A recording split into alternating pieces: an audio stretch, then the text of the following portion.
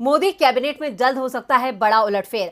2024 की तैयारी के लिए बीजेपी अपने सभी सहयोगियों को सत्ता में हिस्सेदार बनाने जा रही है, जिससे किसी भी सहयोगी की नाराजगी बीजेपी पर भारी ना पड़ जाए।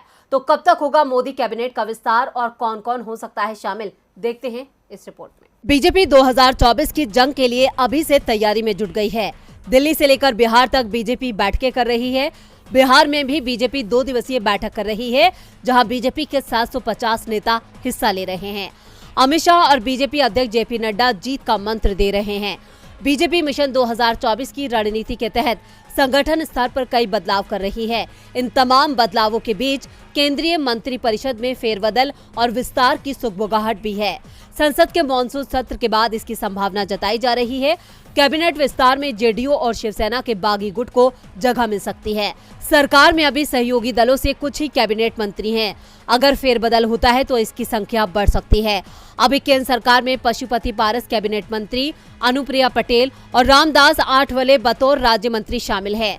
पिछले दिनों राज्यसभा कार्यकाल पूरा होने और फिर से चुनकर न आने से जेडीयू के आरसीपी सिंह और बीजेपी के मुख्तार अब्बास नकवी ने इस्तीफा दे दिया था। ये दोनों अब तक किसी पद पर नहीं हैं। आरसीपी सिंह के इस्पात मंत्रालय को ज्योतिरादित्य सिंधिया और अल्पसंख्यक मामलों का मंत्रालय स्मृति ईरानी को दिया गया है। इस बीच शिवसेना के बागी गुट के बीजेपी के साथ आने और महाराष्ट्र में सरकार बनने के बाद उसे भी केंद्र में जगह दिए जाने की संभावना है। केंद्रीय मंत्रिमंडल में अभी प्रधानमंत्री समेत 29 कैबिनेट मंत्री हैं। 2 स्वतंत्र प्रभार राज्य मंत्रियों के साथ 47 राज्य मंत्री हैं। राज्य मंत्रियों में 2 स्वतंत्र प्रभार वाले राज्य मंत्री जितेंद्र सिंह और राव इंद्रजीत सिंह शामिल हैं। खबरों के मुताबिक मंत्रिपरिषद में छोटा फेरबदल किया जा सकता है, जिसमें अधिकतम 1 दर्जन मंत्री शामिल या प्रभावित होंगे। गौरतलब है कि केंद्रीय मंत्रियों में अभी 5 मंत्रियों के पास 3-3 मंत्रालय हैं। इनमें पीयूष गोयल, प्रहलाद जोशी, सर्बानंद सोनोवाल, अश्वनी वैष्णव और जी किशन रेड्डी शामिल हैं।